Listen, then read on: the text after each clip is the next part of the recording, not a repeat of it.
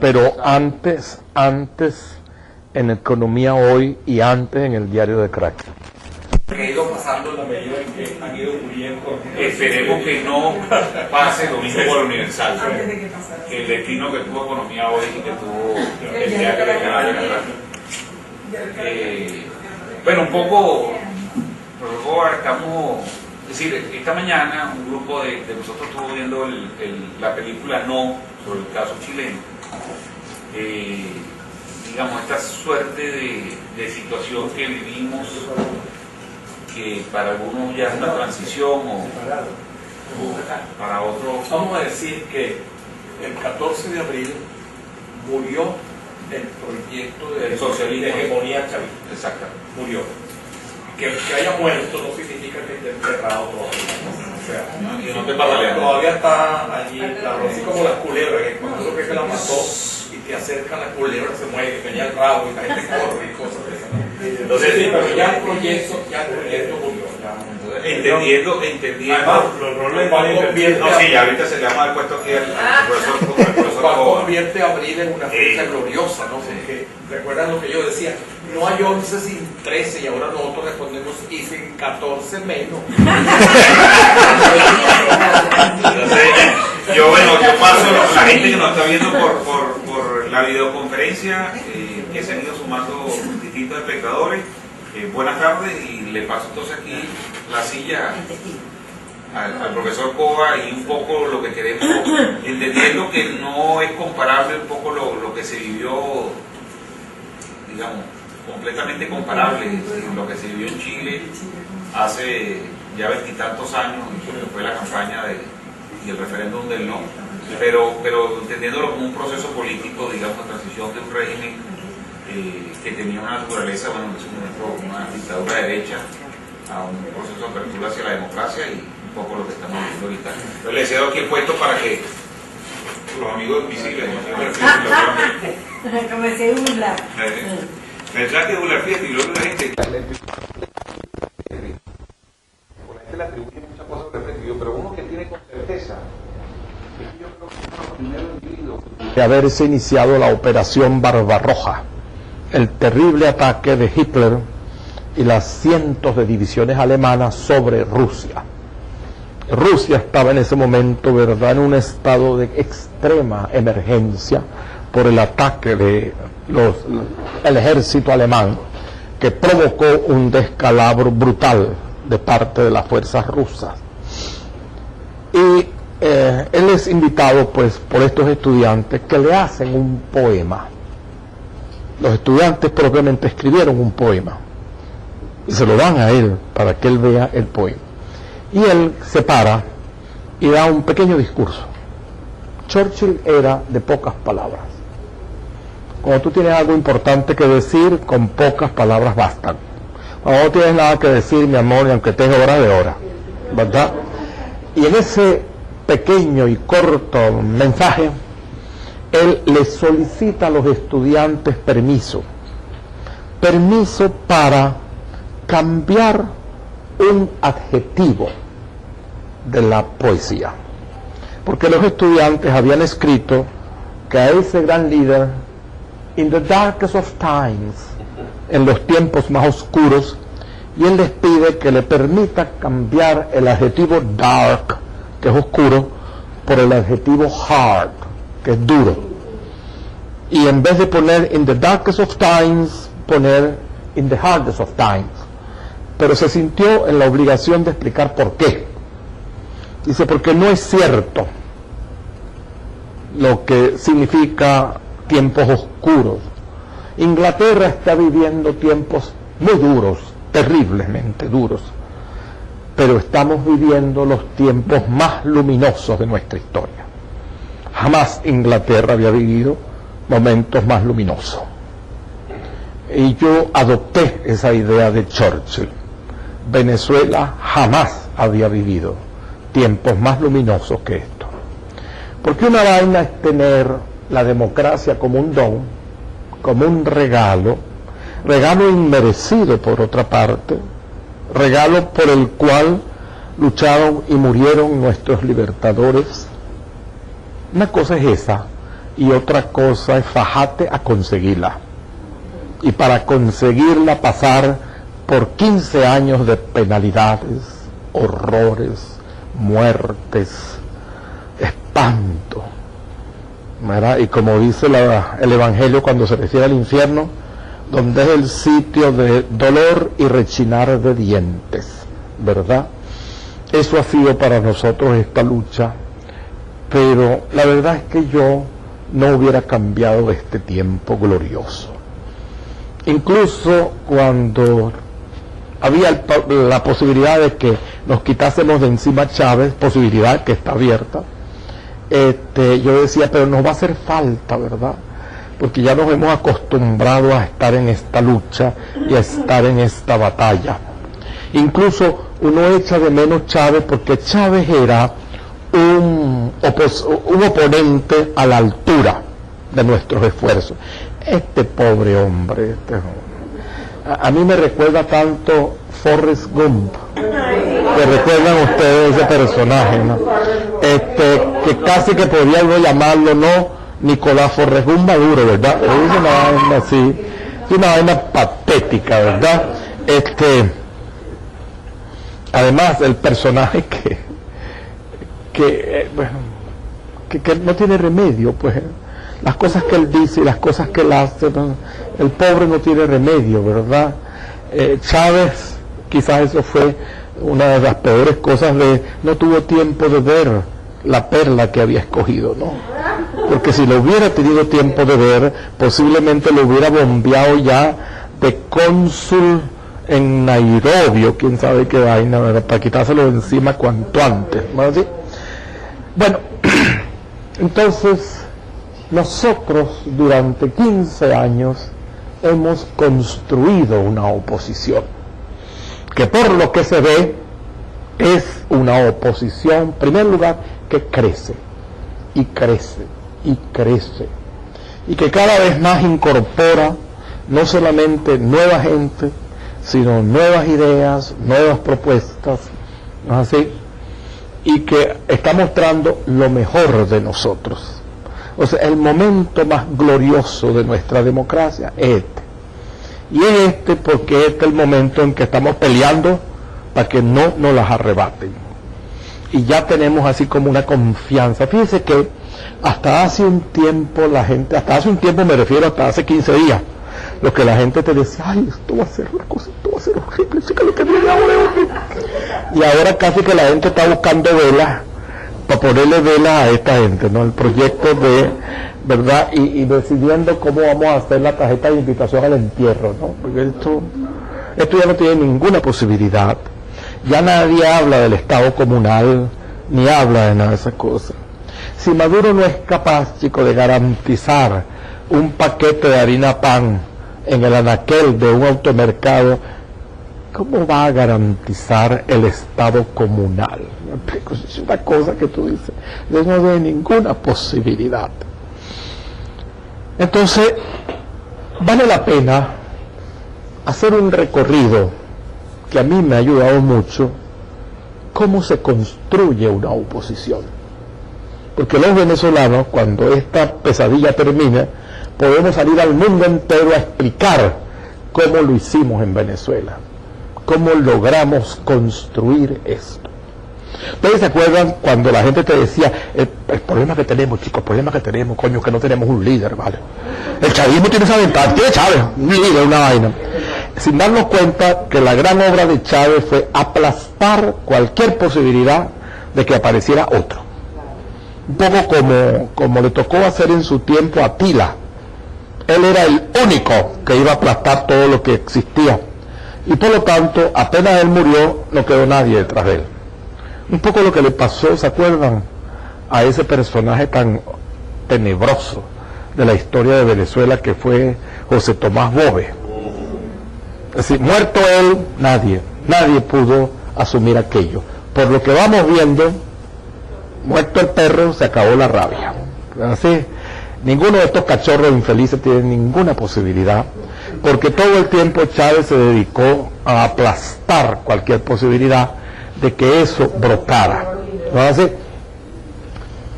Entonces, Y yo propongo que cuando uno revisa nuestra reciente historia, uno no puede menos que decir que este es un proceso. Y un proceso, como me dijo un día Américo Martín, al principio, Antonio, eran 2 o 3 tontos de partidos aplastados y los que escribían artículos de prensa. Yo me puedo dar el lujo de decir que mi primer artículo se llamó Los viudos del golpe, que apareció en el Diario de Caracas el 12 de febrero de 1992, exactamente 8 días después del golpe, y se llamaba Los viudos del golpe, donde yo iba pasando revista de toda la gente que andaba por ahí lloriqueando porque el golpe no había triunfado, entre ellos Rafael Caldera, que esté donde Dios quiera, ¿verdad? Con su famosísimo discurso, terrible discurso, de la mañana, del mediodía del día 4 de febrero, cuando se puso del lado del golpe. Diga la gente lo que diga, se puso del lado del golpe. Ese quizás fue su peor error. Su peor error no fue darle el sobreseimiento a Hugo Chávez, darle un espaldarazo moral al golpe. Ese fue. Yo nunca olvidaré yo viendo televisión, oyendo aquello, casi pellizcándome, porque yo decía, no puede ser.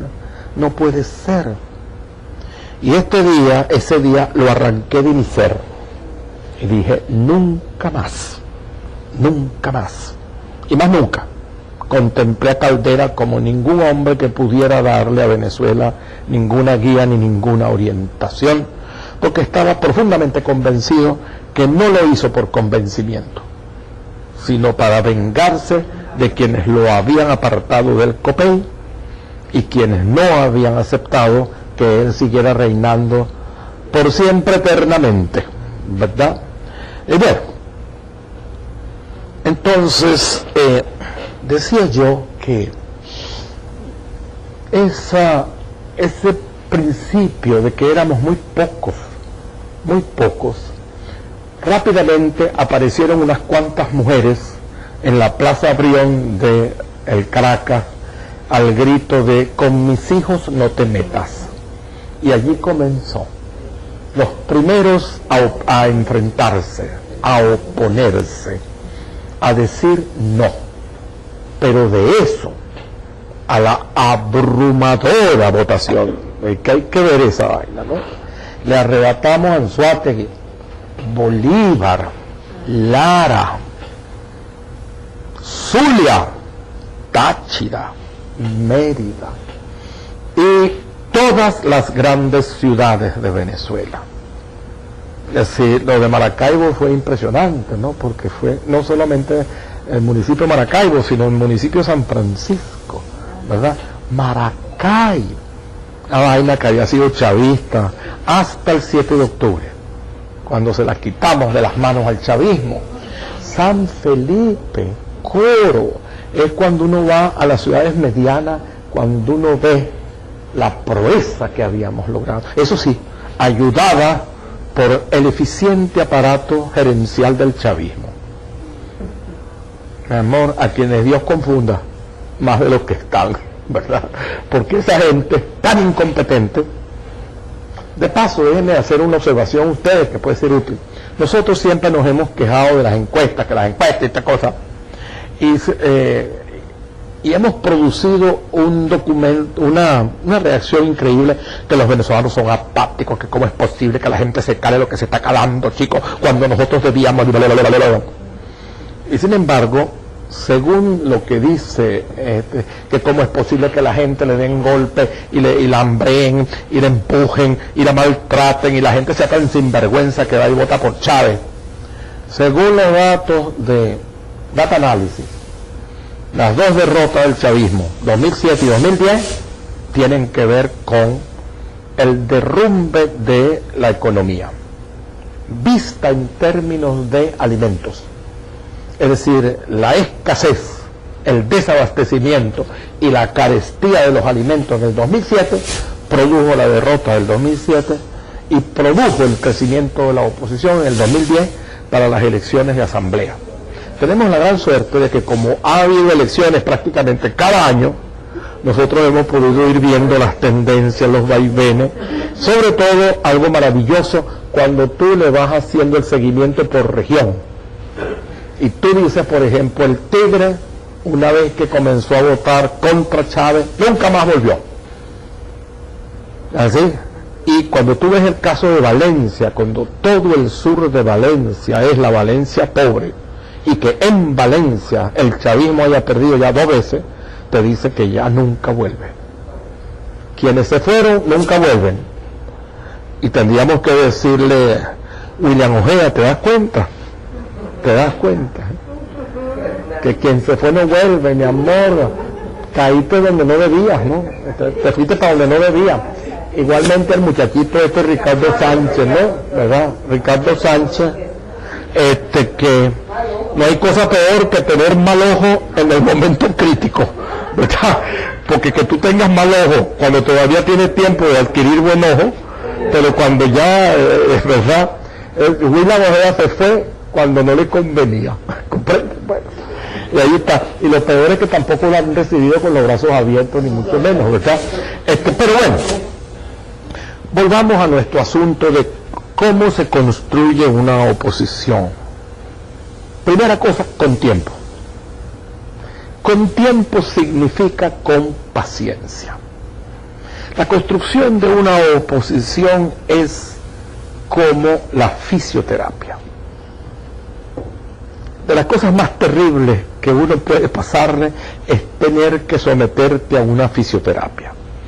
Tú sabes, por un dolor en un pie, porque te pasó algo en una pierna, porque el único requerimiento para tener éxito con una fisioterapia es aguante, paciencia, una semana y otra, y parece que no está pasando nada.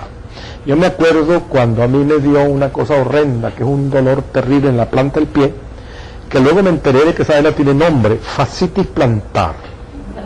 Y me acuerdo cuando iba con César Miguel Rondón a un médico a explicar cómo uno de los rasgos de ese malestar, de esa enfermedad es que cuando te despiertas te duele más que cuando te acostaste. Lo cual indica que no tiene nada que ver con el trajín y el cansancio. Porque si después de 8 horas de reposo te sientes peor, es porque la vaina es grave. Cuando yo oí aquello, llamé a mi exalumno, que era productor de César Miguel Rondón, y le dije, tú me buscas inmediatamente el número del teléfono de este hombre, porque yo voy para allá, porque este hombre ha dado en el clavo de qué es lo que yo tengo.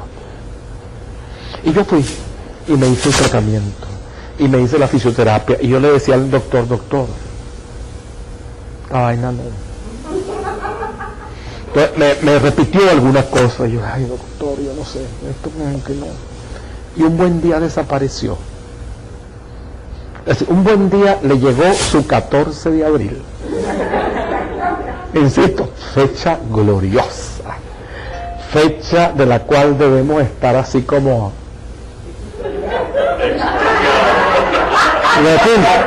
cual reina de carnaval victoriosa, mi amor, en carruaje lleno de flores y vainas. ¿Comprende? Y de nuevo, que haya sido el día siguiente del 13 de abril. Ay, eso es una, para que los que creen que Dios no se ocupa de uno, ¿no? Dios aprieta pero no ahoga, ¿verdad? Y te llega con lo que te tiene que llegar cuando llega el momento. Entonces decía yo, lo primero que se requiere es tiempo. Una oposición de verdad no se construye express, no se construye de la noche a la mañana. Yo recuerdo que cuando era por ahí el año 1997 o algo así, yo decía, Dios mío, yo quiero llegar al siglo XXI. Yo no me quiero morir en el siglo XX, porque el siglo XX ha sido un siglo de terribles tragedias.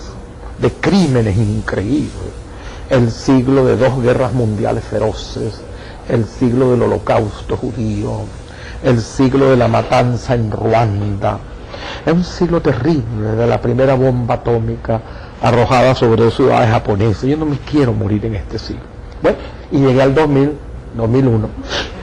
Ay, qué maravilla. Pero tú sabes cómo es uno, que cuando Dios le concede un favor, uno dice, coño, vamos a pedirle el otro. Es como cuando uno está en una casa de juego, ¿verdad? Que cuando uno gana la primera partida dice, oye, échale otra vez, vete ahí, apuesta 1.000 bolívares otra vez, porque ¿quién quita dos? Entonces me animé y le pedí que yo no me quiero morir hasta que esto termine. Por eso cuando llegó el 11 de abril yo dije, ay carajo, como que me voy a morir. Pero llegó el 13 y nada, y ay, no, todavía sigo aquí, ¿verdad? Porque muy posiblemente Dios me va a dar el aguante para hacerlo. Y la verdad es que me da un gran dolor aquella gente heroica como Manuel Caballero y todo, que murieron antes de tener la dicha de ver la maravilla del 14 de abril. Y tanta gente, ¿se acuerdan? El señor Brito y toda esta gente que murió esperando la resurrección. Ahora bien, sabemos que una oposición se construye con tiempo. Por eso, pretender que de la noche a la mañana, eso es como un matrimonio de la noche a la mañana. Claro que hay matrimonios que te conozco un lunes y ya estamos de luna de miel el miércoles, y por alguna razón tienen éxito, pero eso es anormal, ¿verdad? Que la gente se una sin conocerse de verdad, sobre todo sin conocerlos a pesar. ¿Qué llamo yo los a pesar? De que a pesar de que tú eres un coño de madre, yo te quiero. De que a pesar de que tú eres una desgraciada, yo te quiero. Y eso tiene que tener tiempo para que tú conozcas ese a pesar y tomes la decisión. Nunca me olvido de aquella frase célebre y sensacional de la película La mandolina del capitán Corelli, cuando el papá cascarrabias médico griego le dice a su hija, que era Penélope Cruz, el amor es lo que queda cuando se acabó el enamoramiento. Es una frase sensacional, porque uno a veces dice, ¿y por qué yo sigo con este hombre, con esta mujer? Bueno, porque, pero ya no estoy apasionadamente, no, ya nos conocemos, ya nos hemos acostumbrado, pero ya no podría vivir sin esta persona. Que entonces tú dices, es el amor, eso que queda al final. Ahora, ese tiempo, tenemos dos problemas con él. No sabemos si será largo o será corto. Por eso lo mejor es no pensar en eso. Bueno, cuando tú le dices a la gente, no, en los próximos 20 años nos vamos a quitar esta vida. Y la verdad es que esa canción es muy cierta, ¿verdad? 20 años no es nada. Es decir, llevamos 15 años ya casi en esta batalla y ni nos hemos dado cuenta, ¿verdad? Porque como ha sido un sobresalto continuo, no hemos tenido tiempo de sentarnos a recapacitar en este tipo de cosas. Como hemos tenido que estar todo el tiempo montando la oposición a esto, creando la oposición, aprendiendo a hacer oposición, no nos ha dado tiempo a quejarnos ni para atacar un lloriqueo y una vaina. Es decir, ¿sabes que a mí una vez me vino a entrevistar un inglés? Porque andaban entrevistando. Por cierto que me dijo, cuando estas cosas pasan, profesor, nosotros tenemos ya, como mínimo, 10 años tomará para que, ese ha sido el caso de Sudáfrica, y en fin, me comenzó a decir una cantidad. Pero yo recuerdo cuando estaba terminando, yo le dije, lea la historia de la Revolución Inglesa, y el hombre se me quedó así como asombrado. Yo me imagino que lo menos que él se imaginaba era que un profesor venezolano le iba a decir a él que leyera su historia, es decir, la historia de Inglaterra. Dice, Oliver Cromwell no solamente derribó a un rey, lo juzgó lo ejecutó, se montó en el perolio, en el parapeto, gobernó por 12 años en Inglaterra, se murió, como es el caso, se murió, su hijo no pudo con aquella vaina, y al cabo de unos meses, Inglaterra entera salió alborozada a la calle a recibir al rey que venía, el heredero del ajusticiado. El rey Carlos II Stuart era el hijo del rey, ¿verdad?, Carlos I, que había sido ajusticiado por Cromwell. Que una ironía, ¿verdad? Y todo volvió a donde debía estar. Entonces yo le dije a él, en esa época, llevamos ya 12 años con esto. Así que, si usted lee la historia de Inglaterra, usted verá cómo un país no se cambia porque un caudillo quiera, ¿verdad? Sobre todo porque los ingleses resistieron lo que quería imponerles él. Y al final, pues, claro, las cosas nunca vuelven a ser lo que fueron. Un río que se desborda nunca vuelve a un caudal original, pero tampoco se mantiene en el caudal del desbordamiento. ¿No es así? Entonces no sabemos si el tiempo va a ser largo o va a ser corto. Va a ser el tiempo que haga falta. Y nuestra respuesta siempre debe ser esa. ¿Y cuánto tiempo tú crees? El que haga falta, mi amor. El que haga falta. Para salir de esta pesadilla, el que haga falta. Para reconstruir la democracia en Venezuela, la que haga falta. Bien vale la pena. Y bien vale la pena participar gloriosamente en ese proceso. Y nosotros, Dios nos ha dado la gracia de poder participar en esto. Pero además, ¿cómo será ese tiempo? Plácido. Ninguna construcción de oposición en estas dificultades es plácido. Es un tiempo perturbado y es un tiempo que comienza a ser turbulento. Para eso yo siempre uso la idea del remolino, que es tan importante, ¿no? Cuando tú te metes en una especie de remolino al principio y un momento en que tú dices, Dios mío, qué cosa horrenda. Ha habido momentos que hemos tenido la impresión, como este martes, de la agresión brutal a los diputados gloriosos de la oposición, gloriosos enfrentados a la barbarie, enfrentados a los descendientes de Boves y de Monteverde y de Antoñanzas y de cuánto bandido ha habido en este país, ¿verdad? Que uno ha creído que, Dios mío, en manos de quién hemos caído, sin darnos cuenta de que mientras nosotros tengamos fuerza y estemos enfrente, no harán lo que... Yo recuerdo una vez que me decía un exalumno mío, ay, profesor, yo lo veo a usted tan tranquilo. ¿Qué sabe usted?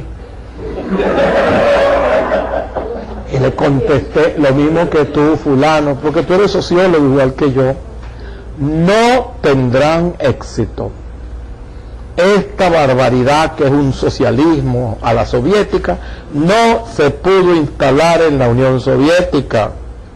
A los 70 años volvieron a lo que... La mejor prueba fue cuando transformaron Leningrado en San Petersburgo, como era que se llamaba, y como le dicen sus habitantes cariñosamente, Peter.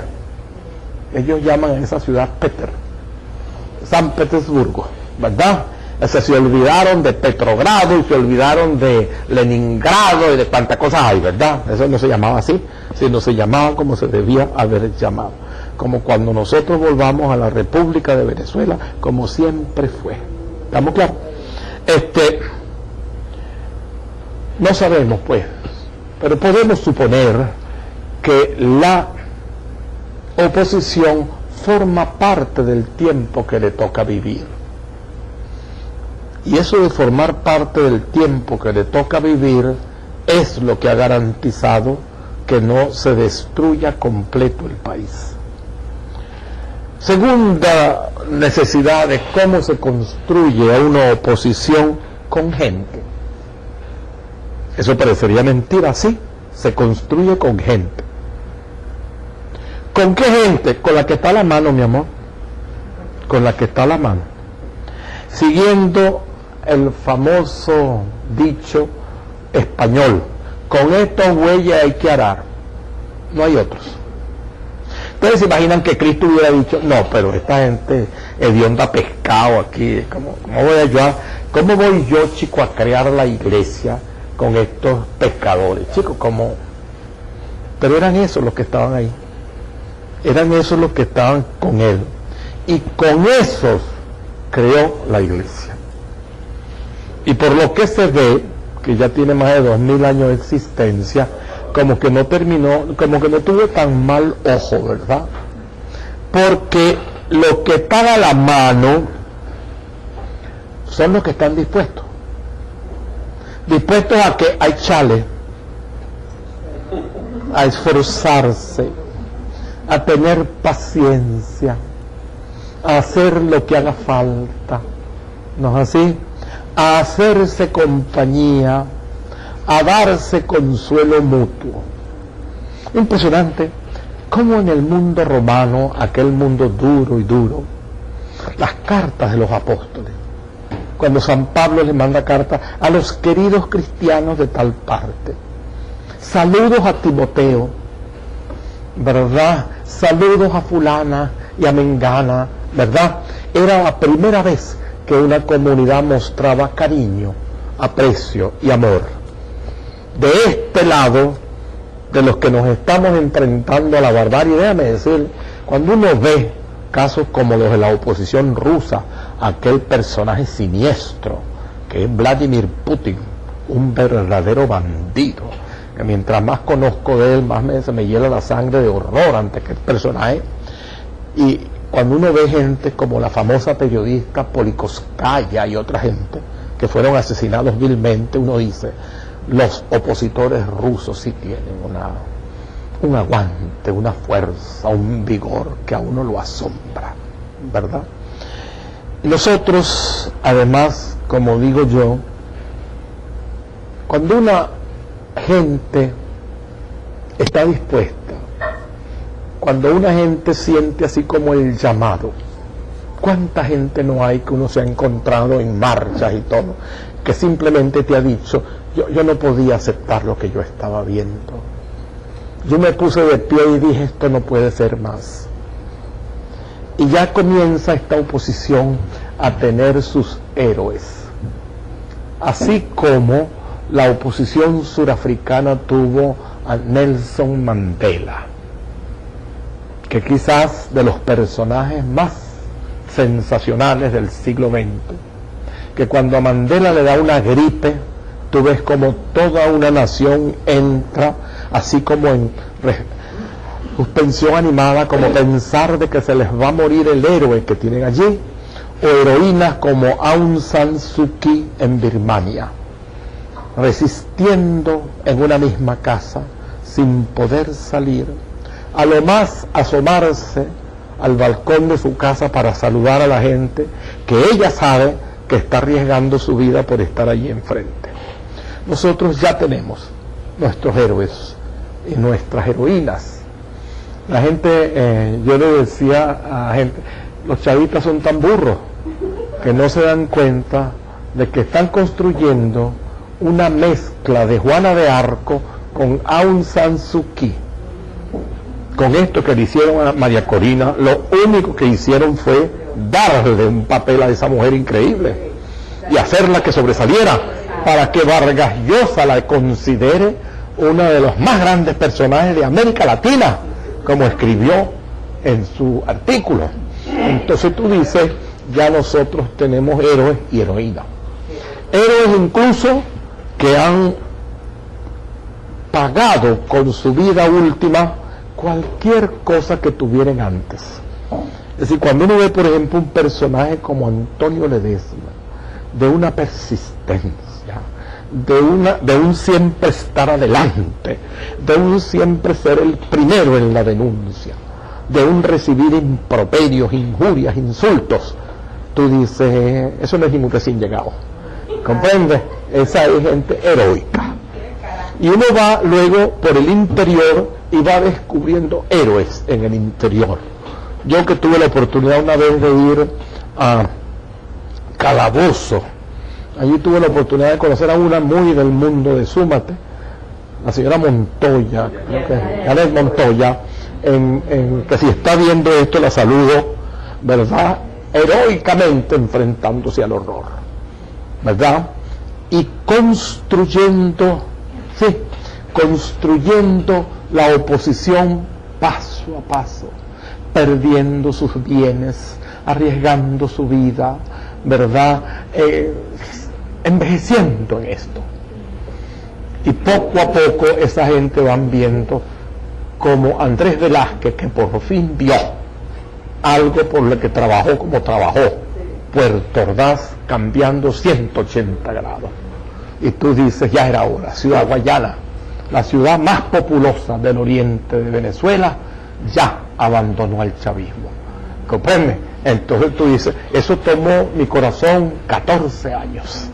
14 años.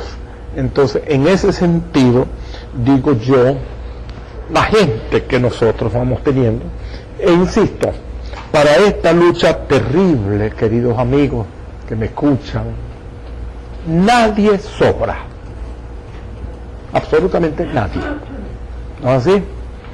Porque cada quien aporta lo que tiene que aportar.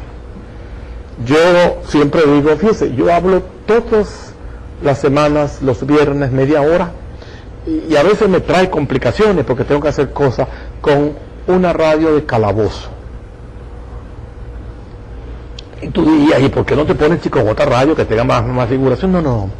Yo hablo con cuanto micrófono me ponga en la boca, mi amor. Y en cuanto estante me den. Porque yo creo que a mí Dios me dio el don de la palabra, para que la use. Yo creo en la parábola de los talentos. A cada quien Dios le dio un talento y es para que lo use. Y hay gente que tienen el talento de cocinar y entonces deben cocinar para que los otros aguanten. Y al que le dio el talento de la pendejada, debe la pendejada. Y al que le dio el talento de escribir, debe escribir.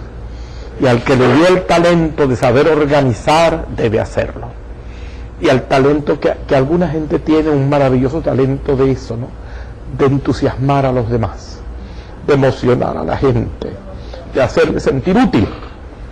Todos estamos llamados, por eso digo yo, nadie sobra, nadie sobra. En una circunstancia como esta, uno nunca sabe. Fíjense ustedes, el más desgraciado quizás de los judíos de Damasco, el que era capaz de moverse como una serpiente, viendo a ver dónde había un grupo de cristianos para sacarlos como alimaña de donde estuvieran, el que cuando estaban apedreando a San Esteban tenía la ropa de los apedreadores para aguantarlo, fue a ese a quien escogió Cristo para que fuese su apóstol por excelencia. Y es, según dicen los Hechos de los Apóstoles, a quien Cristo le dice, Pablo, Pablo, ¿por qué me persigues? Y a partir de ese momento aquel hombre se convierte en la estrella del mundo cristiano, conocido por nosotros como San Pablo, un personaje clave en la historia, no solamente del cristianismo, sino del mundo occidental, personaje decisivo por los cambios que iba a haber. Por eso digo, uno nunca sabe. Ahí tenemos, pues en este momento, entre el liderazgo opositor, tenemos a gente como Henry Falcón, que no comenzó de este lado, tenemos a gente como Ismael García, que no comenzó de este lado, tenemos a gente que estuvieron apoyando a Chávez al principio. Cuando uno se pone a ver, el jefe del Comando Maizanta fue Ismael García. ¿Comprende? Es decir, el gran gobernador de Chávez fue quien fue. ¿Comprende? Henry Falcón. Entonces tú dices, es un asombro ver. Y en ese sentido, esta oposición ha sido indulgente, ha sido de brazos abiertos para saber recibir a todo aquel que haya reconocido la barbarie donde está y haya decidido combatirla. En ese sentido, los venezolanos de este tiempo estamos dando, porque insisto, Hay gente que se queja y dice, ¿cómo es posible, chico, qué vergüenza? Yo me siento tan avergonzada de decir que soy venezolano. Yo no. Y desde que Vargas Llosa salió diciendo, después que visitó Venezuela, que lo más notable de Venezuela era el vigor de la oposición, su enfrentamiento, su tenacidad. Yo me siento sumamente orgulloso de pertenecer a este mundo de quienes estamos defendiendo la democracia. Como cuando a mí me preguntaba, ¿tú firmaste? Yo sí, a mucha honra. Yo firmé como los que firmaron la Constitución de 1811. Yo soy hijo de Bolívar y Páez y Sucre y Miranda. Aquella gente sí tuvo un par de bolas asombrosas, ¿sabes? Desafiar al imperio más poderoso de aquel momento, firmando. ¿Cómo no vamos nosotros a desafiar a esta gente? Chicos, por Dios, es una cosa así que esto no es nada en comparación con lo que hizo aquella gente gloriosa y sensacional. ¿Estamos claros? Entonces, segundo, con los recursos que se consigan. La oposición se construye con los recursos que puede conseguir, que son cualquier vaina. Son un fresco, un vaso de agua, son una franela rota, una pantaleta de un color determinado, lo que tú tengas a la mano, mi amor, con los recursos, con lo que haya. Es como cuando uno va ahora, gracias al régimen bolivariano, cuando uno va ahora a los automercados y dice, ¿qué vas a comprar? Mi amor, lo que haya. Yo voy a comprar lo que haya. Y de repente lo que haya es nada, mi amor. Tú dices, ahí no había ni ratas en aquella página. Entonces, en ese sentido, son los recursos que se consigan. Eso sí, que tienen que ser administrados con criterio de escasez. ¿Se acuerda como aquella época, lo que dijo Carlos Andrés Pérez? La riqueza administrada con criterio de escasez. En esa época se hablaba de riqueza. Entonces decía, eso es una vaina contraproducente. Nadie administra la riqueza con criterio de escasez. La pobreza sí. Y nosotros somos pobres. Puede que haya entre nosotros gente que no lo es, pero a la hora de conseguir recursos y vainas somos pobres. Cuando mi primo, que es profesor de la Universidad de los Andes en Mérida, me dijo, Antonio, allá están en la facultad haciendo franela. Y tú sabes, Antonio, como no hay real, le pidieron a los estudiantes, a todo el que puede, que se compre su franela, que lo que le vamos a poner es el sello, que vengan y se las grabamos, porque no hay para comprar franelas. Cuando me dijo eso, yo pensé, vamos a arrasar en Mérida. Y en efecto, arrasamos en Mérida, en la ciudad de Mérida. ¿Por qué? Porque cuando tú tienes una gente dispuesta a salir, aunque sea en pantaleta, a salir con lo que tenga, eso no lo para nadie, porque tiene lo más importante, que es emoción y esperanza. Cuando tú tienes una multitud con emoción y esperanza, no hay quien la detenga. Entonces, mientras que el chavismo reciben kits con nuestros reales, sabemos, ¿verdad? Franela roja, hasta prácticamente pantaleta roja, interior rojo, casi que condones rojos, todo, ¿verdad? Una cosa así. Reciben de todo, ¿verdad? Le dan el kit, le dan el esto y le dan aquello, y aún así se van. Aún así, en cuanto tienen la oportunidad, cuando los traían a Caracas, corrían para el Sambil y vainas de esas, ¿no? ¿Me explico? Y en el camino se iban quitando franelas y toda vaina, no fuera a hacer cosas que les fuera mal. Entonces tú dices, no. Es la gente que está dispuesta a luchar con lo que tiene en la mano. ¿Ustedes saben cómo comenzó la revuelta contra Napoleón en España? Con el pueblo. Los monarcas se entregaron, los nobles se entregaron y todo, y es el pueblo de Madrid, el 2 de mayo de 1808, que comienza la revuelta. Y esa revuelta es la que hunde a Napoleón Bonaparte. Al final es esa revuelta la que lo hace. Es decir, cuando un pueblo dice, hasta aquí llegamos, esto no se aguanta más, no hay quien lo pare. Y lo impresionante es que los recursos son los que tienen a la mano, con las cosas que pueden, ¿sí? Cuando el rey Luis XVI es hecho preso en Versalles y traído a París, que es cuando ya la revolución se desata como revolución, es por mujeres que no consiguieron pan. Y a un grito les dicen que en Versalles, que quedaba como de aquí a Los Teques, había pan. Y entonces van cantando por el camino, nous voulons du pain. Queremos pan, queremos pan, queremos pan. Hasta que llegan al Palacio de Versalles, hacen prisionero al rey y lo traen como custodiado por el pueblo de París. En otras palabras, mi amor, el único recurso que tenían era 2 piernas y la voluntad de hacer lo que tenían que hacer, ¿sí? Es como cuando nosotros somos capaces de reunir. Yo recuerdo cuando yo llamé a un amigo mío en San Cristóbal y dije, ¿cómo fue? Dije, Antonio, de vaina no llegamos a Cúcuta. Esto fue impresionante. Esto fue impresionante. La gente salía de debajo de las piedras, ¿no es así?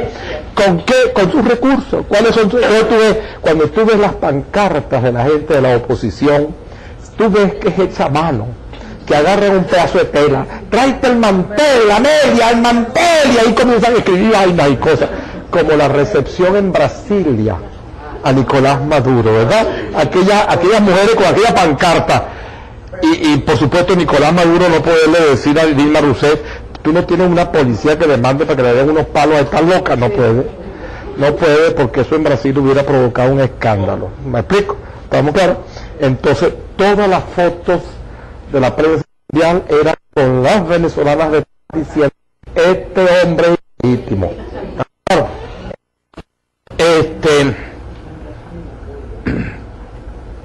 Y que son multiplicables.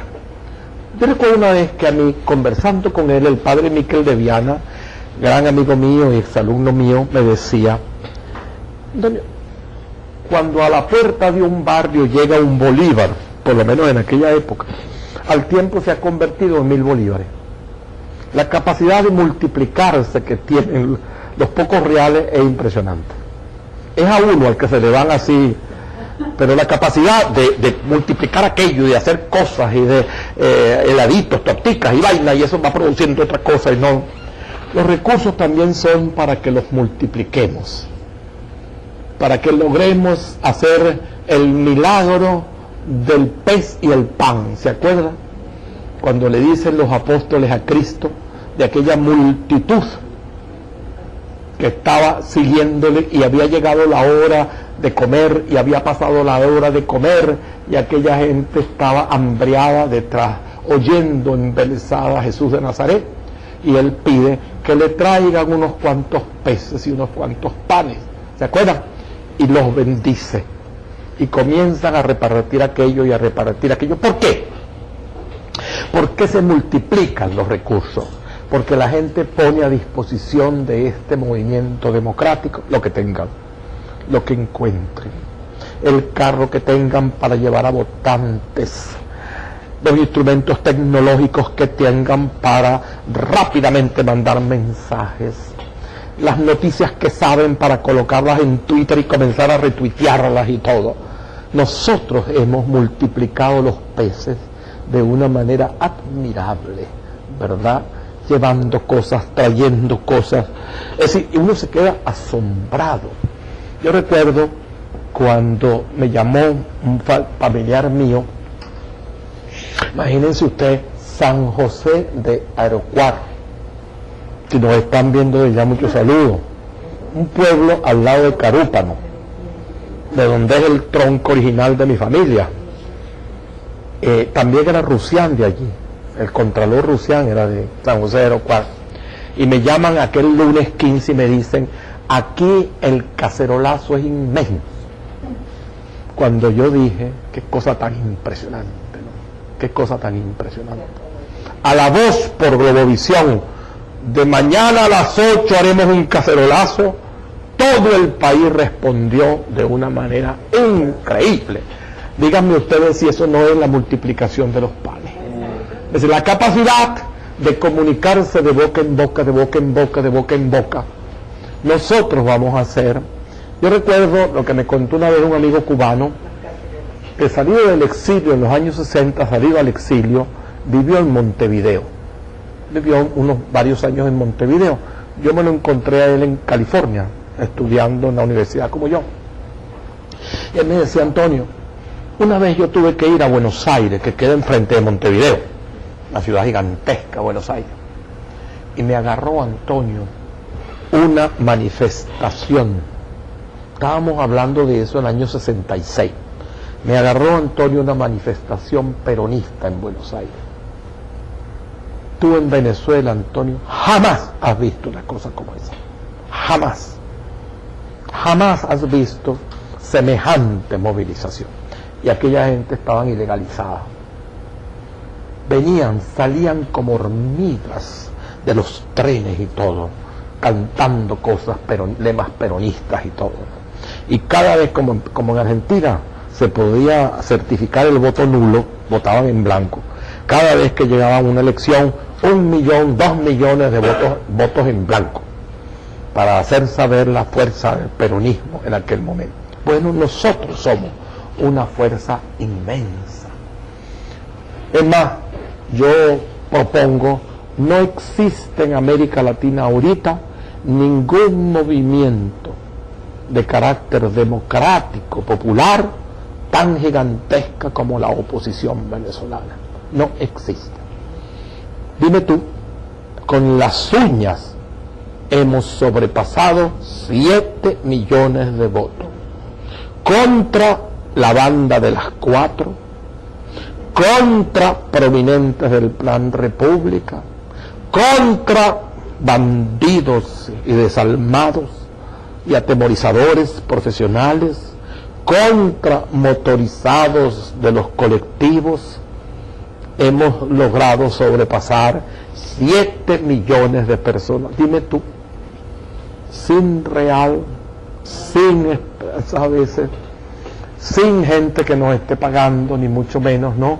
A punta de esfuerzo, a punta del boca en boca, a punta de reunir gente para que defendamos esto. Que si te pones a ver, la democracia es un concepto abstracto. Y es asombroso cómo por semejante abstracción lo que hemos estado dispuestos a hacer. Y lo que vamos a hacer con tal de restaurar la democracia en nuestro país. ¿Comprenden? Esto es una cosa verdaderamente asombrosa. No sabe Hugo Chávez cuánto le debemos, ¿verdad? Le debemos mucho, porque gracias a él, que quiso arrebatarnos una cosa preciosa, hemos aprendido cuán preciosa era. ¿Estamos claros? Que eso es una cosa verdaderamente singular. Con los aliados que se consigan. Ninguna oposición puede pretender que ella es más pura que nadie. Tiene que funcionar con los aliados que se consigan. Para lo cual, mi amor, hay que buscarlo. Hay que convertirse en una ama de casa del interior de Venezuela, que tiene que poner en la mesa de lo suyo un plato de comida. Y que tiene que buscarlo, mi amor, tiene que buscarlo, porque esa cuestión de que te van a caer del cielo. Es decir, nosotros no estamos en un plan de que, ay, es la hora del maná, ya va a caer el maná. Para ver cuándo cae el maná. No, mi amor, ese maná hay que buscarlo. Hay que sacarlo de las piedras. Hay que ir a veces a 10 automercados para medio lograr una margarina maloliente, mi corazón. ¿Estamos claros? Hay que hacer tantas cosas. Yo le decía a la gente de Calabozo, gracias al régimen, después que hemos conseguido heroicamente 1 kilo de carne y una margarina, gracias al régimen, que apenas metemos en la nevera ese kilito de carne difícilmente conseguido, y esa margarina nos lo convierte en una sopa grasienta y amarilla y nos convierte eso en una carne podrida. Muchas gracias. Muchas gracias. Gracias por la ayuda. Así que uno podría decir, mi amor, ¿dónde está el comando de campaña de la oposición? Bueno, en PDVSA, ¿verdad? Ahí tenemos, en Corpoelec, ahí está el otro comando, ¿verdad? Y por supuesto que en Miraflores, ¿no? Dentro del país, los más. Es decir, los aliados más grandes los tenemos que conseguir dentro de Venezuela. Y ya hemos ido consiguiendo cantidad de gente dentro de Venezuela. Y fuera del país, los electos. Es un asombro cuando tú sabes de las 400 firmas de diputados de toda América Latina pidiendo elecciones justas. Eso es una cosa conseguida palo a palo, pelo a pelo. ¿Estamos claros? Eso no es una obra así que cayó aquí. ¡Ay, me llegó esta carta! No, mi amor, eso hubo que conseguirlo uno por uno. En otras palabras, hay que buscar aliados hasta en el infierno, si fuera menester. ¿Estamos claros? ¿Aliados de qué? No de uno, de otro, aliados de la democracia venezolana. Yo creo que una de las voces más impactantes para América Latina fue la de María Corina Machado cuando dijo que esperábamos por lo menos ayuda y solidaridad del resto de los latinoamericanos, que nos sentíamos muy solos. ¿Estamos claros? Un poco como le tocó hacer, ¿se acuerdan? Cuando la campaña de las elecciones primarias en Estados Unidos, Hillary Clinton derramó aquellas lágrimas porque no había logrado lo que ella se proponía. Y al verla a la gente llorar en televisión, salieron corriendo la siguiente elección a votar por ella, que es cuando se recupera eso. En ese sentido, yo creo que María Corina Machado ha hecho bastante por convencer. Además, como es una mujer joven, competente, profesional y de muy buen verbo, y diría alguna gente, y de muy buen ver, como dicen los españoles, ¿verdad? Sobre todo, ¿sabes? Que ahí me tocó ir una vez a Guatemala y otra vez a Ecuador. Y cuando me preguntaron, ¿y qué tal, Antonio? Dije, bueno, yo tengo una conclusión, que los venezolanos somos bellos, mi amor. Ay, porque después que uno ve, mi amor, la cara que uno... Entonces tú dices, tampoco es tan difícil lucir una venezolana bella, ¿verdad? Cuando tú vas a otras sociedades, ¿no? Quizás sea Colombia y Argentina, donde tú ves también gente muy bella, mujeres muy bellas y eso, ¿no? Que yo a veces decía, oye, Chávez podría aprender, chico, de los colombianos, que cuando buscan ministros y senadores, buscan mujeres bellas, ¿verdad? No estas chavistas que parecen salidas de quién sabe dónde. Es una cosa, vea y vea, ese paso. Es una cosa. Hombre, que tú a veces dices, ¿de dónde salió esto? La deben haber importado de alguna parte, mi amor, porque las venezolanas tienen una gracia, una cosa distinta a esta cuestión. ¿No es así? Con emoción y esperanza. Y eso es autogenerativo y eso es contagioso. Es decir, una de las cosas que yo he logrado a veces es que la gente se contagie de mi esperanza y de mi fe en que vamos a triunfar, en que no hay manera de que nosotros no triunfemos. Nosotros estamos con la verdad, nosotros estamos en el camino correcto, lo cual no significa que siempre actuemos correctamente, eso es otra cosa, pero estamos en el camino que debíamos estar, estamos con la mejor compañía, y nosotros podríamos decir, nosotros estamos con la compañía de los más grandes venezolanos, de Andrés Bello, de Fermín Toro, de Miguel José Sanz, de Antonio José de Sucre, de José Antonio Páez, porque nosotros estamos haciendo lo que ellos siempre quisieron hacer y por lo cual trabajaron. ¿Sí? Yo incluso acabo de proponer, y se fue aceptada, la Católica inaugura la Universidad Católica de Caracas en Montalbán este 22, miércoles 22. Lamentablemente no voy a poder estar ese día, me voy a estar operándome de catarata, el segundo ojo de catarata. Y todos estos grandes venezolanos, y yo decía, este hombre, que a los 86 años incluso, su editorial salió intacto el día siguiente de su muerte, ¿no es así? Y que creó la Biblioteca Biográfica Venezolana en el Nacional, para que todo venezolano llegue a conocer a los grandes venezolanos que ha habido. ¿Estamos claros? De toda índole, desde el deporte hasta las ciencias, las artes, los grandes venezolanos que ha habido. Él se empeñó en eso, y era tan empeñoso que buscó a cada autor para que escribiera sobre cada personaje, sin pararse en qué ámbito estaba o de qué ideología era, bastaba con que fuese un gran venezolano. ¿Sí? A mí me tocó ser entrevistado por Elsa Cardoso cuando iba a hacer la biografía de esa gran socióloga venezolana que fue Yanea Buamá, que fue profesora mía, una mujer excepcional y de una vida tan llena de esperanza, ¿verdad? Que cuando murió de cáncer me pegó bastante aquella circunstancia, ¿verdad? Entonces, decía yo que no deja de transmitirte esperanza que un hombre a los 86 años como Simón Alberto González siguiera escribiendo, siguiera publicando, siguiera dirigiendo empresas que contribuían a la venezolanidad de una manera sensacional.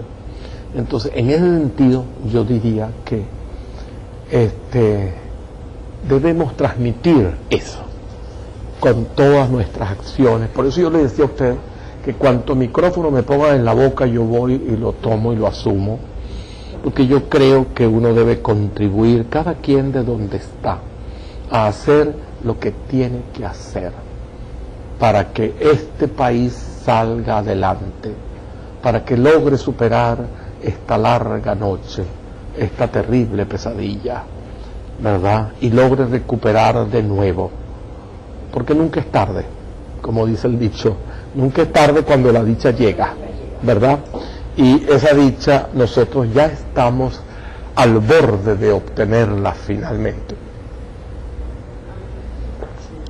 Nos espera quizás, queridos amigos, todos los que me oyen aquí y en distintos lados del interior, nos espera quizás la tarea más fatigosa. Un poco lo que le esperaba a los hebreos cuando retornaron a la tierra de Israel, las ruinas que llegaron, ¿verdad? Los que huían de los campos de concentración y de la matanza sin sentido a la cual fueron expuestos, y llegaron a construir a la tierra de Israel. Y yo creo que a nosotros nos espera pues un tiempo tremendo, de mucho trabajo, de mucha fatiga, porque cuando logremos ver el horror que nos van a dejar esta gente, ¿verdad? La destrucción que nos van a dejar, ¿verdad? El país casi que como que se hubiera pasado un tsunami por arriba de él. ¿A dónde han llevado nuestra industria petrolera? ¿Cuánto han postrado nuestro sistema de salud?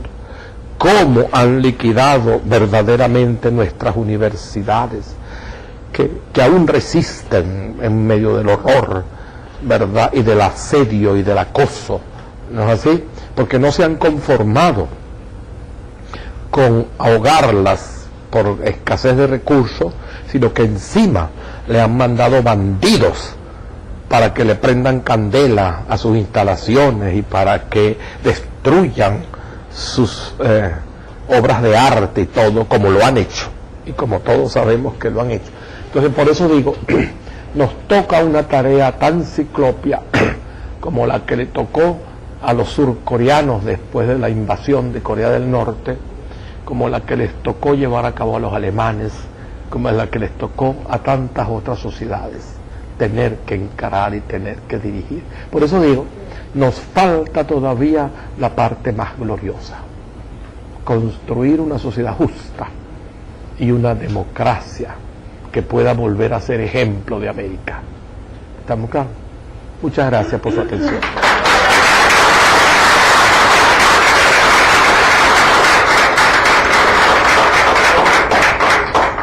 ¿Hay chance de preguntar al profesor? Sí, cómo no.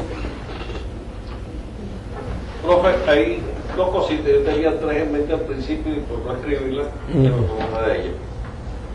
Tengo una persona a la que yo admiro desde hace aproximadamente 2 años, si más que yo me acuerdo. Y creo... ¿Ah? No, mi esposa, por la paciencia. Dentro de la oposición hay una persona que yo creo que jugó un rol sumamente importante, o por lo menos fue lo visual. No sé si en el fondo habrá habido otras cosas que se hayan movido para que se lograra lo que se ha logrado con la oposición, por lo menos en los últimos 2 o 3 años. Y se llama Ramón Guillermo Abelero. No sé si usted querrá después decirme algo sobre el personaje en referencia, si yo estoy o no equivocado. Pero pienso que ha sido un factor Sí, cómo no. que ayudó mucho a ¿Cómo no? la oposición. ¿Cómo no? La segunda cosa era, a lo largo de toda mi vida, tengo ahorita 64 años y he asistido a todas las elecciones presidenciales que se me pueda haber ocurrido asistir cuando he estado en Venezuela. Y por supuesto a mí siempre me pareció, no sé si cómico o triste, creo más lo segundo que lo primero, ver aquellos famosos cartelones, aquella sábana con 40 nombres de 40 locos para uno escoger uno de esos para como candidato presidencial que era para que fuera el presidente. Siempre sostuve que aquí, si teníamos 3 candidatos, iba que chuta, porque los otros 37 no servían para un servicio.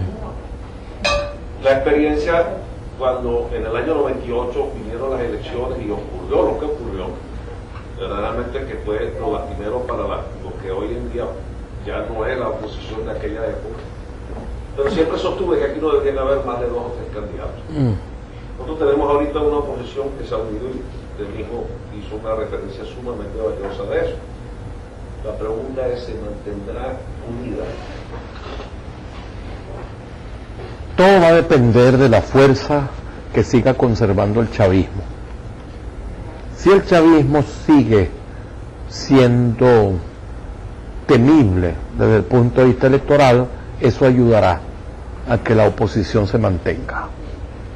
Sin embargo, es obvio que lo peor para la oposición va a ser tener que ejercer el gobierno. Porque tener que ejercer el gobierno supone tomar decisiones, supone escoger a unos y no a otros, supone mostrar preferencia por ciertas rutas y no por otras, y eso va a generar disonancias y disensiones. Pero si el chavismo sigue siendo poderoso, eso va a ayudar a que se mantenga unida. Pero en cualquier caso, la razón de la unidad de la oposición ha sido la ciclopia tarea que tenía frente a sí, que jamás hubiera podido encararla de no estar unida como un solo hombre. Y de que, y aquí sí quiero hacer un homenaje al pueblo venezolano. Es gente como nosotros, los que no figuramos, los que oímos radio y vemos programas de televisión y llamamos a esa radio y llamamos, como dice la gente, ya es estándar esa. Ay, ciudadano, yo tengo años tratando de llamar allá. Es esa gente la que ha impedido que los distintos partidos cojan por su lado. Es la presión de ellos. Y es la presión que se ha manifestado incluso electoralmente.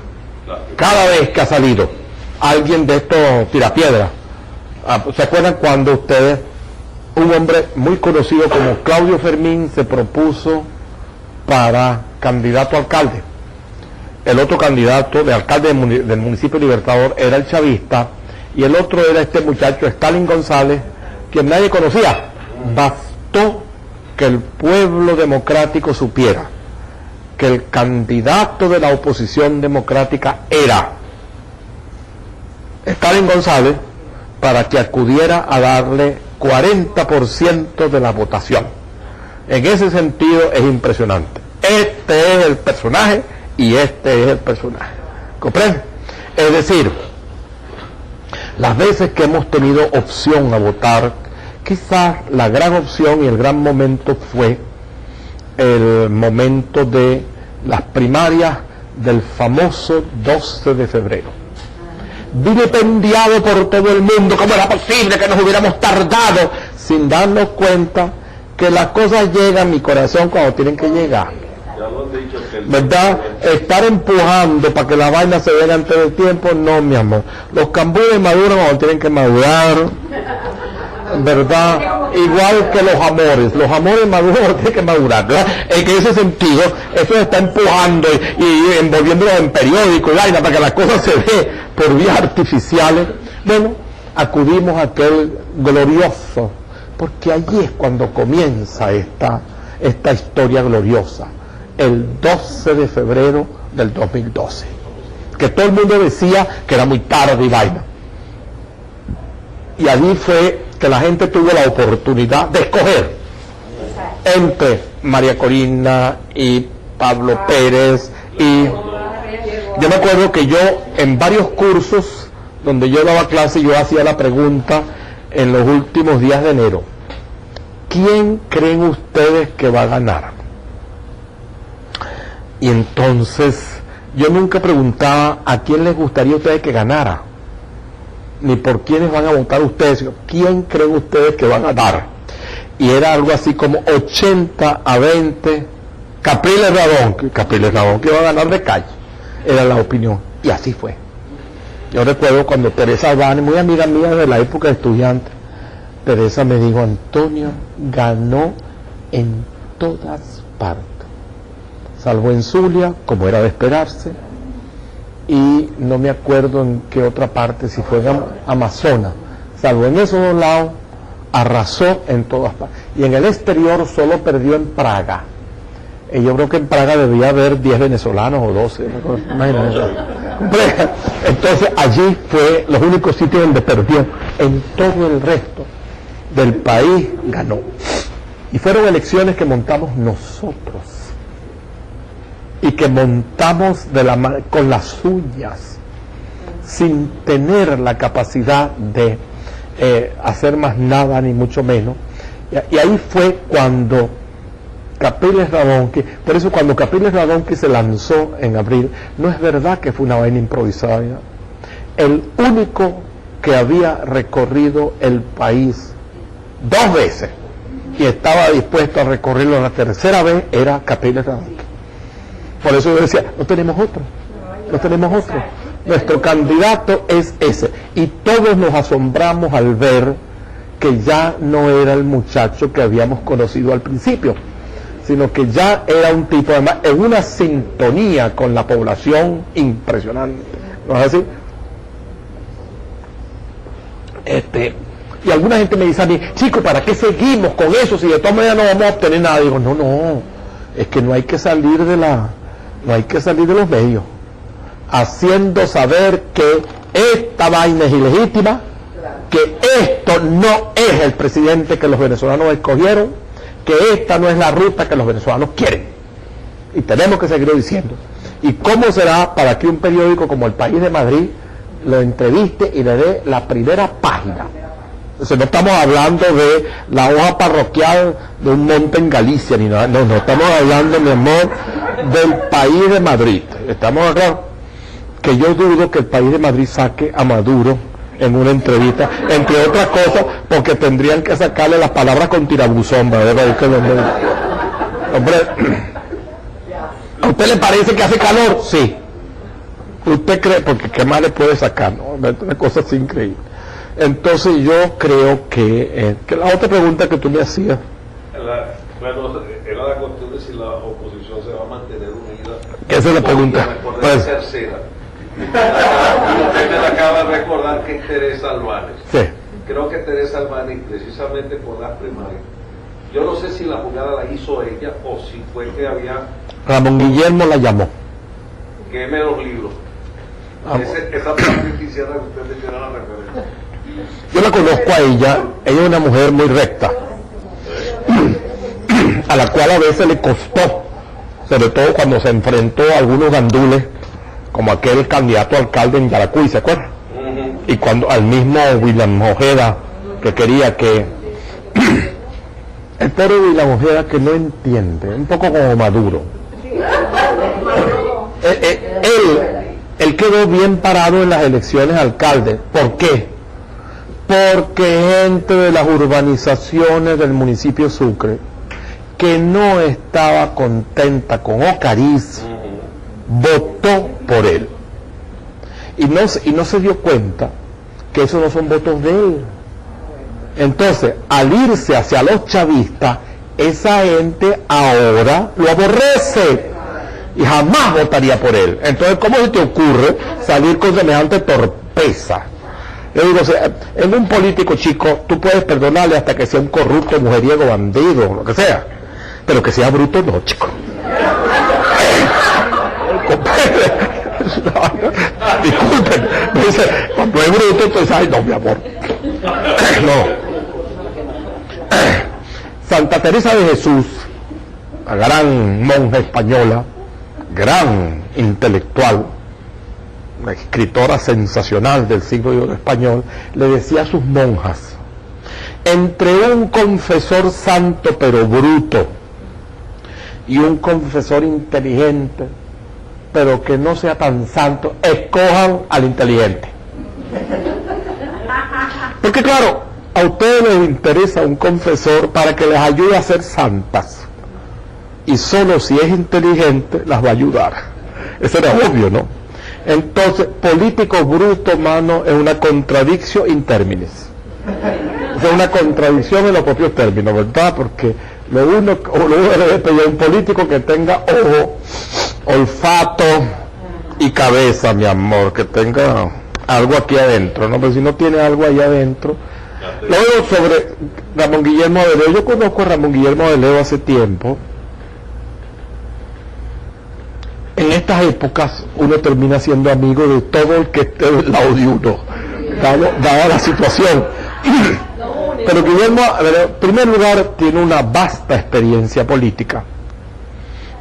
Llegó a ser un personaje prominente en el COPEI, llegó a ser presidente de la Cámara de Diputados.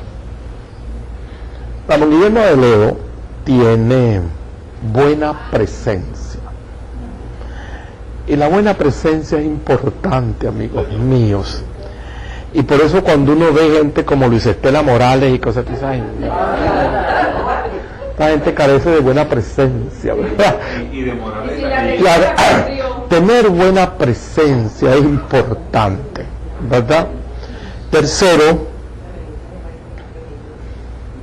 conoce cuál es su papel. Es decir, no se va de bruces, no tiene ambiciones por ser lo que no tiene importancia en este momento. Entiende cuál es su papel, tiene inteligencia bastante, no es un hombre dedicado a la actividad intelectual. ¿En qué sentido? No es un académico. Ha escrito libros muy interesantes, muy útiles, como la biografía de Luis Herrera, como su estudio sobre el dictador como personaje, ¿no es así? Tiene muy buena voz y sabe cómo hablar en momentos críticos. Por eso cada vez que él acude en momentos críticos a la televisión y dice lo que dice y habla como habla, el 95% del movimiento democrático inmediatamente al lado de él, y feliz además, porque no hay cosa mejor, chicos, que sentir. Es como cuando uno va, los niños cuando van a un sitio y su papá da un discurso, entonces se sienten así como ese es papá mío, no es como, ¿te acuerdas cuando Maduro iba con su video a cuesta? Y cuando Chávez decía, escojan a Maduro, ¿se acuerdan el famoso video del 8 de diciembre? Maduro decía, ¡ese soy yo! ¡Ese soy yo! Casi como diciendo, aunque ustedes no lo sepan, yo soy ese. No. Es decir, Ramón Guillermo es un hombre del cual cualquier nieto se sentiría muy agradado de que ese fuera su abuelo. ¿Comprende? Y que luce que tiene paciencia y autocontrol. En un político, en esa posición, un hombre que puede ser víctima de un atentado terrorista, ya sabemos quién es, ¿verdad?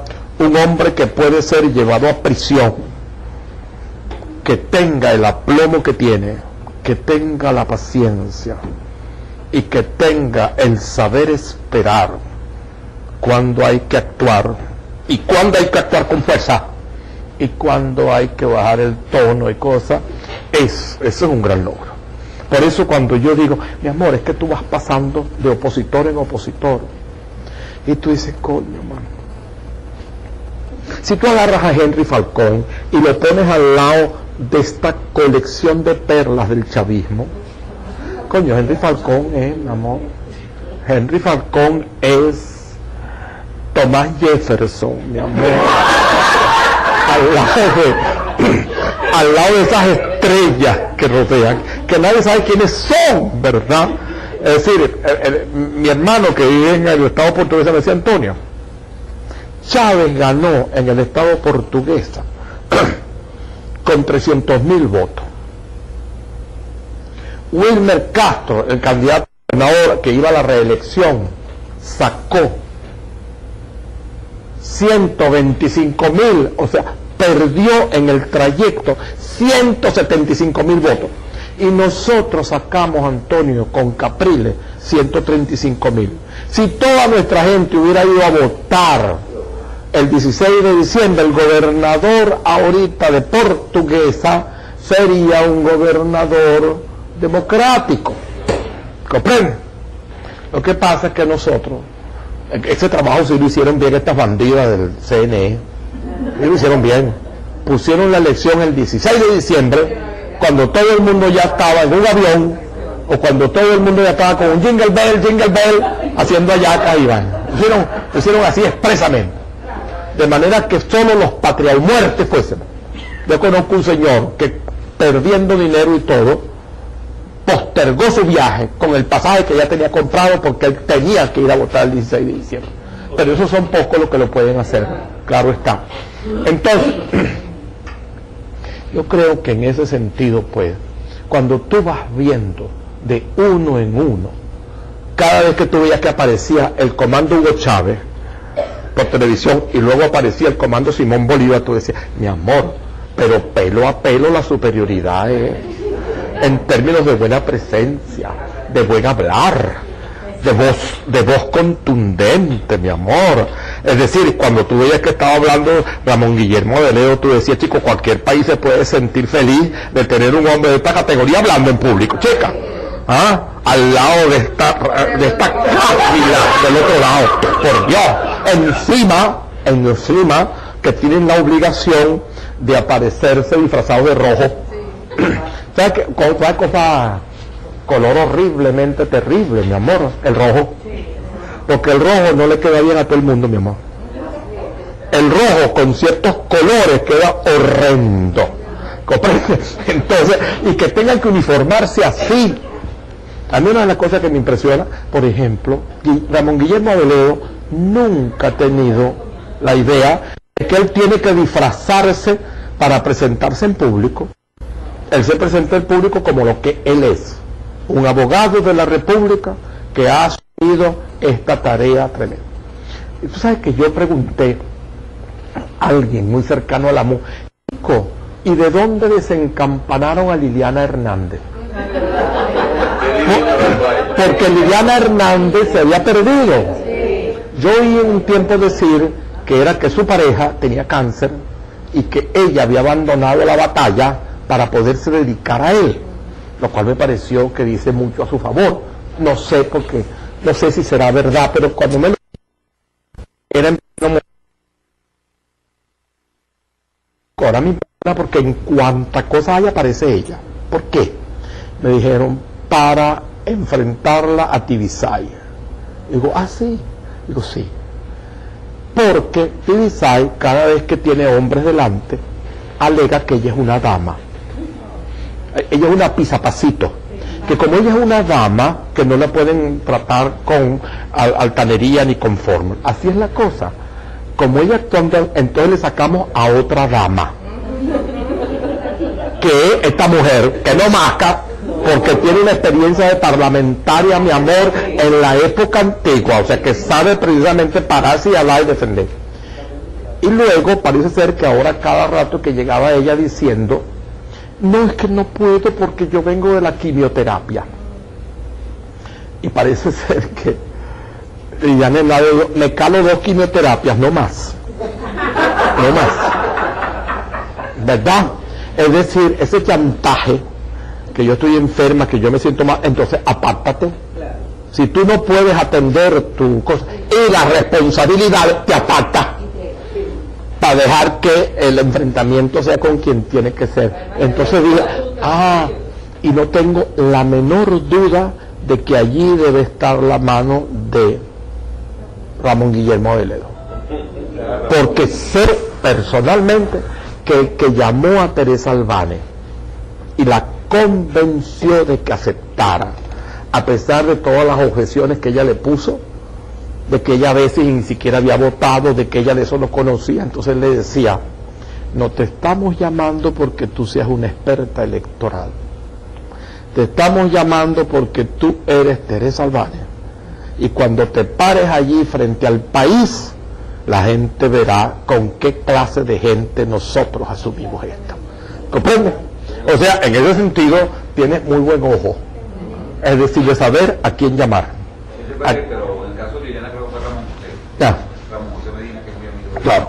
Sí, pero ahí es donde tú dices, ¿a quién digo yo, ve tú y convéncela? Esto es un poco como los hermanitos cuando quieren ir a Dinotrópolis, ¿verdad? Y ellos saben que su papá no quiere ir, pero que su papá tiene de preferida a la hermana menor. Entonces dice, dile a mi papi que tú quieres ir a Dinotrópolis con nosotros, pero que sea con nosotros que tú vas a ir, porque saben que ante ella no habrá manera de que le digan que no. ¿Estamos claros? Es decir, ¿sabes qué? Eso es una habilidad que no todo el mundo tiene. Tener buen ojo para decir, fulano, tú eres el que va a... Ustedes sabían, por ejemplo, San Francisco Javier, el famoso jesuita evangelizador del Oriente, la India, China, Japón. Él no era el que iba a ir. Es decir, el que iba a ir era otro, y el otro se enfermó. E Ignacio de Loyola lo escogió a él. Entonces vas tú.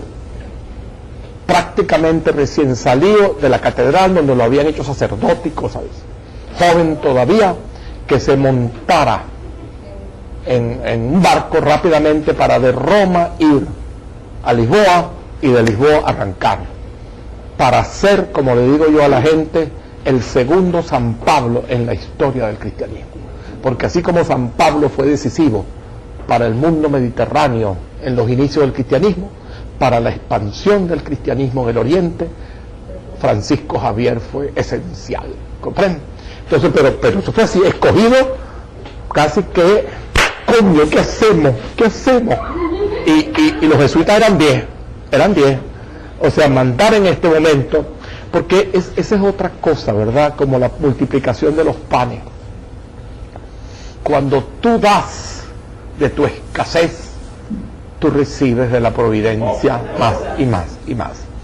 El que da de su escasez, el que pone a lo mejor que yo tengo para que encare semejante cosa y haga las cosas que tiene que hacer. Y déjeme decirle que a la oposición le viene ahora una cosa importantísima: comenzar a crear los liderazgos del interior. Y quieren que, a mí me dice un amigo mío de San Cristóbal, Antonio, el único problema que tenemos ahorita es nosotros tuviéramos un líder que echarle al lado el chavismo y no hay manera de que el chavismo pueda con nosotros. Eso que tenemos ya a nivel nacional, que tenemos a Enrique Capriles, tenemos que irlo logrando en cada uno de los lados. Tenemos la suerte de que en sitios como Lara está Henry Falcón y todo, pero nosotros necesitamos tener. Hay algunos como Andrés Velázquez que ya están mayores, ¿verdad? Es decir, que de vida útil le queda menos tiempo. Entonces tenemos que comenzar ya a conseguir hombres o mujeres jóvenes dispuestos a usar lo mejor de sí. Gente que a lo mejor tiene toda la razón del mundo para tener aspiraciones de hacer otra cosa, de irse fuera del país un tiempo y todo, que acepten asumir la tarea que en este momento se necesita en Venezuela. ¿Estamos claros? Dice ustedes se acuerdan cuando Vilma Mora decía que ahora el Táchira es rojito. Mi amor, lo dejaron ahora haciendo en San Cristóbal, la ciudad más importante del occidente venezolano extremo. ¿Sabes que cuando tú llegas a Barquisimeto, tú tienes de Barquisimeto para arriba Maracaibo y de Barquisimeto para abajo San Cristóbal? Yo acabo de estar allí hace como 2 meses, 2 meses. La vida de San Cristóbal es impresionante. O sea, es una ciudad bullente, llena de vida económica, y además los colombianos vienen por Ruma a comprar en San Cristóbal, porque como la paridad cambiaria está a favor de ellos ahorita, bueno, tú te imaginas, ¿no? El Sambil es, a partir del momento que se abre aquella cosa, es increíble, ¿no? Allí le dimos una paliza de 73 puntos a 20 y tantos. O sea, hasta con el tobo, pues. Con el tobo y el mecate del ring y todo le dimos. El almohadón, el taburete. Esto fue una cosa increíble, ¿verdad? Increíble. Mérida. En Mérida. Claro, en la ciudad de Mérida. Pero bueno, tú dices, lo más significativo es donde habíamos recibido un golpe terrible, y el golpe que se recibió en Táchira fue terrible, ¿verdad? Y cómo es posible que después de haber logrado lo que lográramos en Mérida, quedara Mérida en manos de un ultroso, este tal Ramírez, que es un tipo salido de quién sabe dónde, de estos extremistas de la ULA, ¿comprende? Y ahí está, ¿verdad? Y que volviéramos a tener ese triunfo apabullante en el estado Mérida, es una cosa muy importante. La conquista del estado Bolívar es una cosa fenomenal, porque ese es el estado más importante de esa región del país, sin lugar a dudas. Ya Puerto Ordaz, Ciudad Guayana, pues, ya tienes millón y alguito de habitantes. La gran ciudad de esa región es esa. Y ya Ciudad Bolívar, y de Ciudad Bolívar hacia abajo, ya todo eso estaba en manos de la oposición, ¿verdad? Porque la otra cosa impresionante es las ciudades medianas que hemos comenzado ya a conquistar. Bueno, yo cuando vi lo de Tucupita yo me quedé con la boca abierta, ¿no? Por 2 puntos apenas perdimos Tucupita. Es increíble, ¿no? Pero ganar en San Felipe, bella ciudad, por cierto, muy bella ciudad, que vuelve de nuevo al redil de la democracia, como se debe, ¿comprende? Ganar en Coro, es importante, ¿verdad? Es decir, que cuando tú leías de algunas ciudades, tú dices, pues no puede ser eso. Ganar en Guanta, mi amor, que es el equivalente de La Guaira en aquella región, ¿estamos claros? Es decir, como me decía el que representa ya a los voluntarios con Capriles, profesor, perdimos en Bocaduchiri por 20 votos. Perdimos en el Tigrito por 16 votos. O sea que estamos ya, ganamos Caricuao,